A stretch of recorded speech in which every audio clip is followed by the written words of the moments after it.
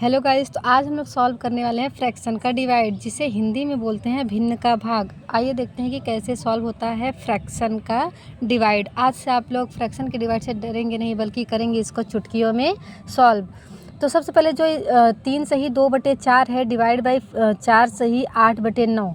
तो सबसे पहले इसमें जो डिनोमिनेटर इसका जो हर है उसको हम लोग इंटू करेंगे 3 में। जो यहाँ 3 लिखा है उसमें इंटू करेंगे, किसका 4 का इंटू करेंगे 3 में। जितना इंटू करने के बाद आएगा उसको उसमें 2 को उसमें जोड़ देंगे।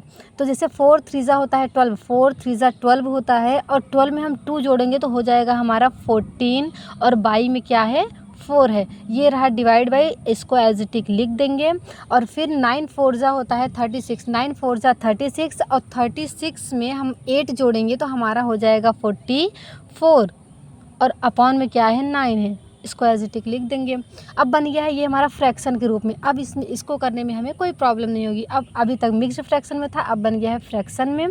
तो अब क्या करेंगे कि जो ये डिवाइड है, डिवाइड कभी भी डायरेक्ट सॉल्व नहीं होता है, इसलिए हम डिवाइड को बदलेंगे इनटू में। डिवाइड को बदलना है इनटू में, तो जो डिवाइड के पहले वाली संख्या होती है, जो डिवाइड के पहले वाली संख्या होती है उसे हम same to same as it is लिख देते हैं। तो हमारा 14/4 है, 14/4 लिख देंगे। यहाँ डिवाइड की जगह हम लिखेंगे इनटू।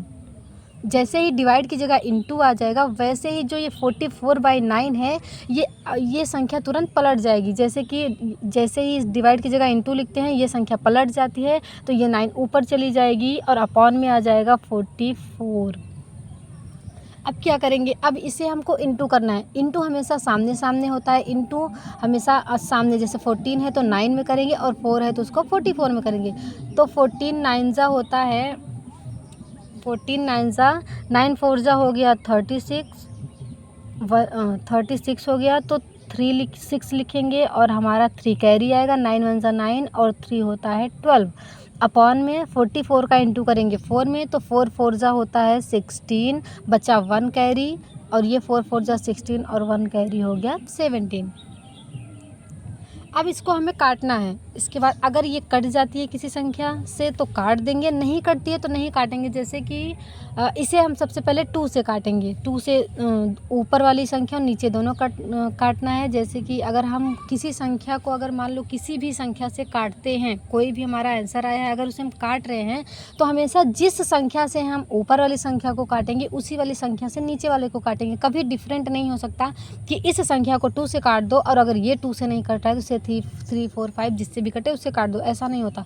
हमेशा सेम टू सेम संख्या से काटना है। जैसे कि ऊपर वाली संख्या से 2 से काटेंगे तो नीचे वाली संख्या को भी 2 ही से काटेंगे। जैसे 2 से काटेंगे तो 2 6 12 होता है, और 2 3 6 होता है, और 2 8 16 होता है। यहाँ एक कैरी आएगा, 2 8 हो गया 16।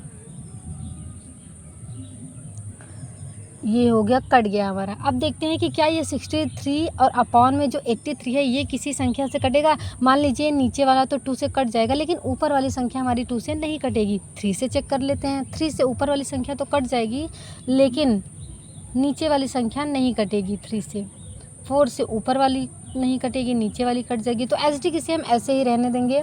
कितना आ गया 63 बाई में 88, यही हमारा आंसर है। तो प्लीज़ दोस्तों चैनल को सब्सक्राइब करें, लाइक करें एंड कमेंट करें, और इसको ज़्यादा से ज़्यादा शेयर करें। Thank you guys.